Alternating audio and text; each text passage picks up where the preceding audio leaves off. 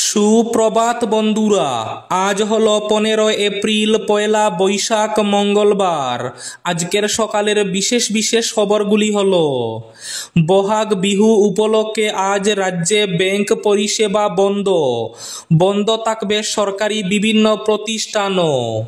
ওয়াকফ আইন বাতিলের দাবিতে উত্তপ্ত পরিস্থিতি পশ্চিমবঙ্গে। পাতাল থেকেও দোষীদের বার করার হুঁশিয়ারি। ওয়াকফ আছে উত্তপ্ত মুর্শিদাবাদের পরিস্থিতি স্বাভাবিক হচ্ছে, সজাগ রয়েছে প্রশাসন। ওয়াকফ সংশোধনী আইন বাতিলের দাবিতে উত্তাল পশ্চিমবঙ্গ। ওয়াকফ সংশোধনী আইন 2025-এর বিরুদ্ধে এবার সুপ্রিম কোর্টে আবেদন করেছে জামাতে ইসলামী হিন্দ। আগুন জ্বলছে বাঙ্গরে। ওয়াকফ বিরোধী আন্দোলন ঘিরে চরম অশান্তি সোনপুরে। বন্ধ রয়েছে ইন্টারনেট পরিষেবা।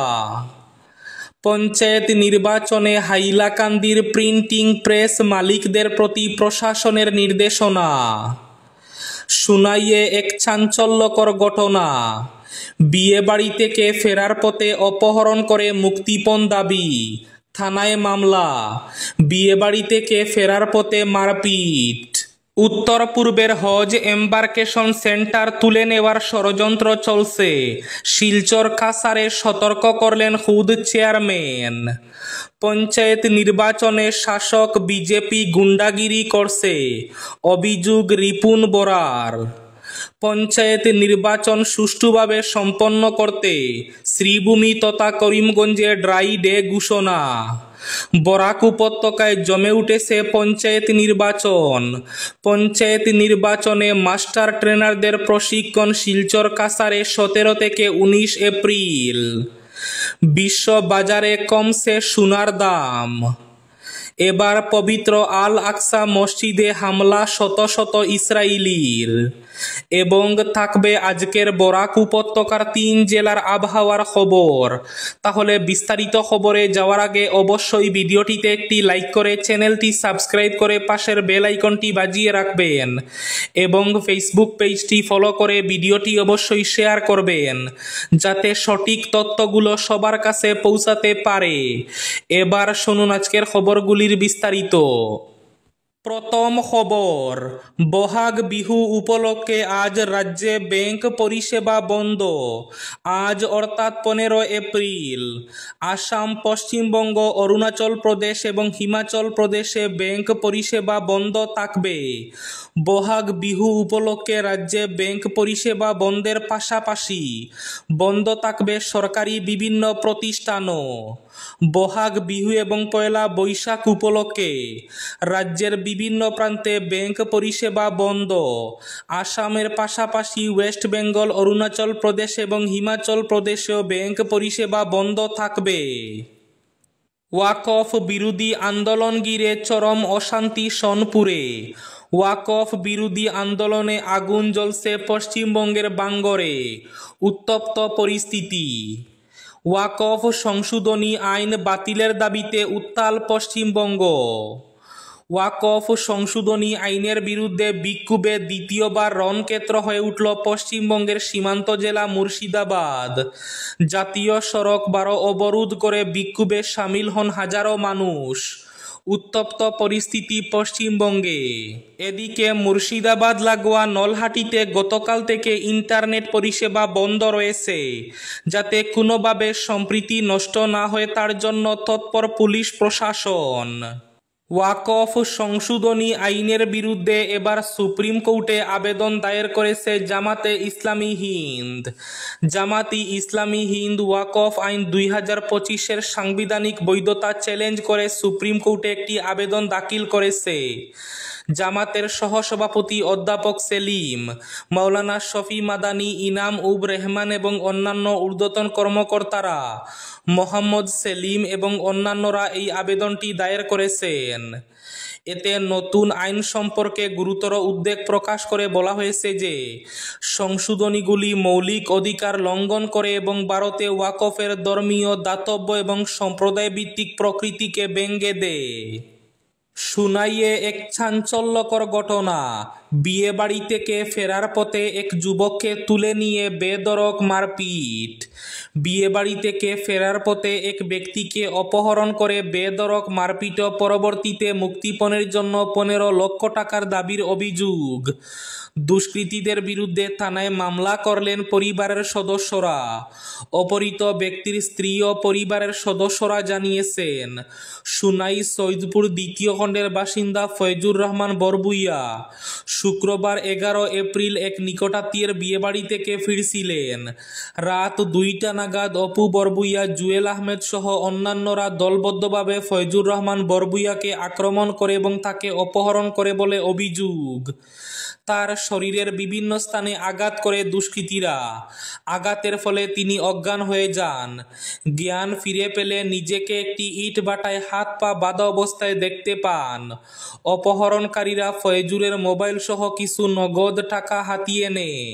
ফয়জুর রহমান সময়মতো ঘরে না ফেরায় তার পরিবারের লোক চিন্তিত হয়ে পড়েন। পরের দিন অর্থাৎ শনিবার ফয়জুরের মুক্তিপণ হিসাবে 15 লক্ষ টাকা দাবি করে দুষ্কৃতীরা। সেদিন ফয়জুরের পরিবারের সদস্যরা ঘটনাস্থলে গিয়ে তাদের দাবি মতো কিছু টাকা তাদের হাতে তুলে দেওয়া হবে বলে তাকে শিলচর মেডিকেল কলেজে চিকিৎসার জন্য নিয়ে যান। রবিবার অসুস্থ অবস্থায় ফয়জুরকে নিয়ে শিলচর রাঙ্গিরখাড়ি থানায় একটি মামলা দায়ের করেন তার পরিবারের সদস্যরা। আসন্ন পঞ্চায়েত নির্বাচনে হাইলাকান্দির প্রিন্টিং প্রেস মালিকদের প্রতি প্রশাসনের নির্দেশনা। আসন্ন পঞ্চায়েত নির্বাচনের প্রচারপত্র, পাম্পলেট, ব্যানার, পোস্টার ইত্যাদি প্রিন্টের ক্ষেত্রে 1951 সালের জনপ্রতিনিধিত্ব আইনের 127 ক দ্বারা কঠোরভাবে মেনে চলতে হবে। হাইলাকান্দি জেলা প্রশাসন থেকে জারি করা এক আদেশে এই কথা বলা হয়েছে। এই আদেশে বলা হয়েছে, কোনো ব্যক্তি প্রকাশকের নাম ছাড়া নির্বাচনী পাম্পলেট, পোস্টার ইত্যাদি মুদ্রণ করতে পারবেন না। কোনো ব্যক্তি প্রকাশকের নামের ঘোষণা ছাড়া এবং 2 জন শনাক্তকারীর ঘোষণা ছাড়া কোনো কিছু মুদ্রণ করতে পারবেন না। এই ঘোষণার কপি ডিস্ট্রিক্ট ম্যাজিস্ট্রেটের কাছে পাঠানো হবে। পঞ্চায়েত নির্বাচনের মডেল কোড অফ কন্ডাক্ট সেলের ইনচার্জ এডিসি এক আদেশে জনপ্রতিনিধিত্ব আইনের এই সংশ্লিষ্ট ধারাটি কঠোরভাবে মেনে চলতে আদেশ জারি করেছেন। পঞ্চায়েত নির্বাচনে শিলচর খাসারে মাস্টার ট্রেনারদের প্রশিক্ষণ 17 থেকে 19 এপ্রিল। পঞ্চায়েত নির্বাচন 2025-এর ট্রেনিং এবং কোঅর্ডিনেশন সেলের ভারপ্রাপ্ত অতিরিক্ত জেলা শাসক এক নির্দেশে বুথ কর্মীদের প্রশিক্ষণের জন্য নিযুক্তিপ্রাপ্ত মাস্টার ট্রেনারদের আগামী 17, 18 এবং 19 এপ্রিল নরসিংহ উচ্চতর মাধ্যমিক বিদ্যালয় এবং কাসার কলেজে অনুষ্ঠিতব্য প্রশিক্ষণ প্রক্রিয়ায় উপস্থিত থাকার জন্য অনুরোধ করেছেন। এই 3 দিন 2 পর্বে এখানে প্রশিক্ষণ আয়োজন করা হবে। প্রথম পর্বে সকাল 10টা থেকে দুপুর 12:30 এবং দ্বিতীয় পর্বে দুপুর 1:30 থেকে বিকাল 4টা পর্যন্ত প্রশিক্ষণ চলবে।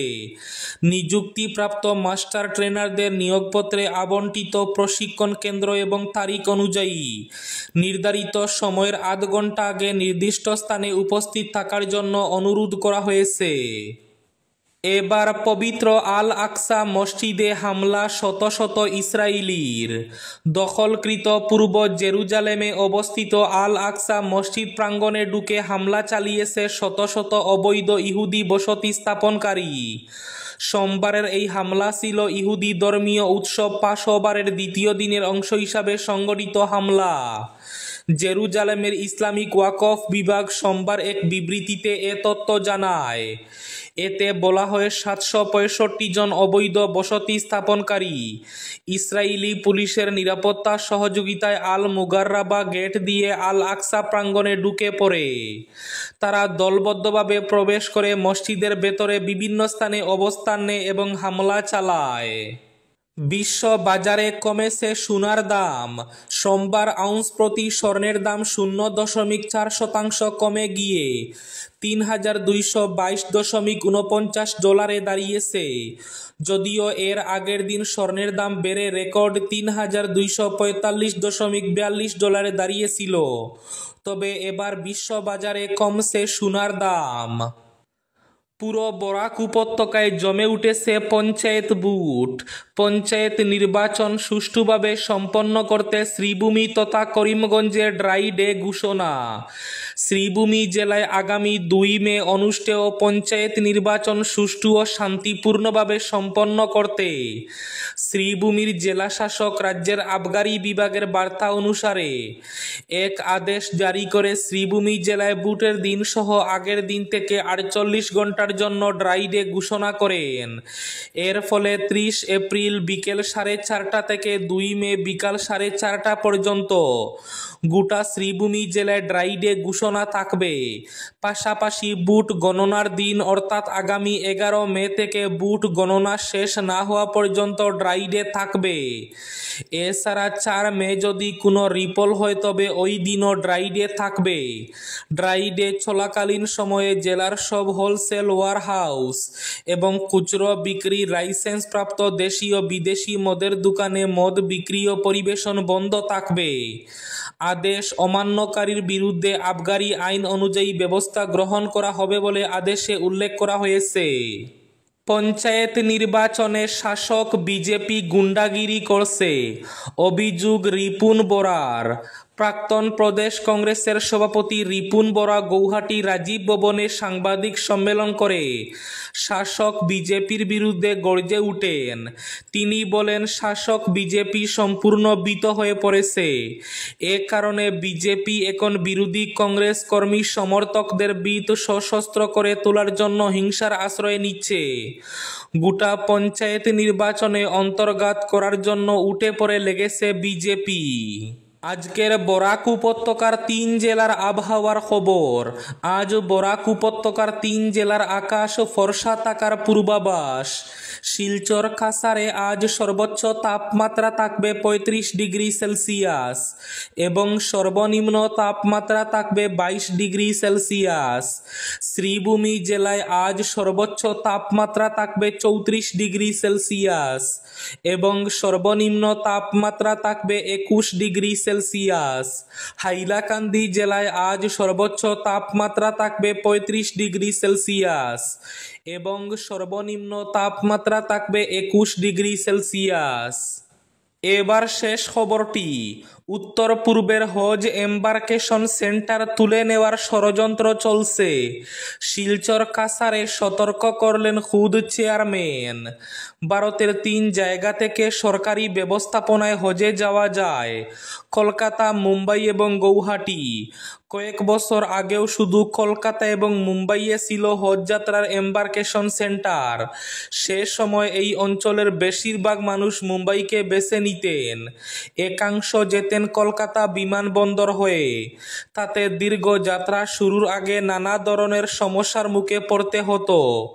ক্রমাগত দাবির প্রেক্ষিতে গৌহাটিতেও এম্বার্কেশন সেন্টার চালু হয়, কিন্তু এই সেন্টারটি তুলে নেওয়ার জন্য ষড়যন্ত্র চলছে বলে অভিযোগ করলেন খুদ উত্তর পূর্বাঞ্চলীয় রাজ্য হজ কমিটির চেয়ারম্যান নেকিবুরজামান। তিনি খোলামেলাই বলেন, হজ ট্যুর অপারেটররা সেজন্য কলকাটি নাড়ছে, কারণ আগে মুম্বাই বা কলকাতা যেতে হতো বলে এই অঞ্চলের হজযাত্রীদের কাছ থেকে মোটা অঙ্কের টাকা মিলত।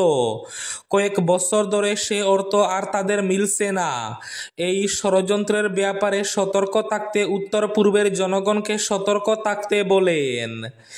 এই ছিল আজকের সকালের বিশেষ খবরগুলি। ভিডিওটি অবশ্যই লাইক করে শেয়ার করে দেবেন।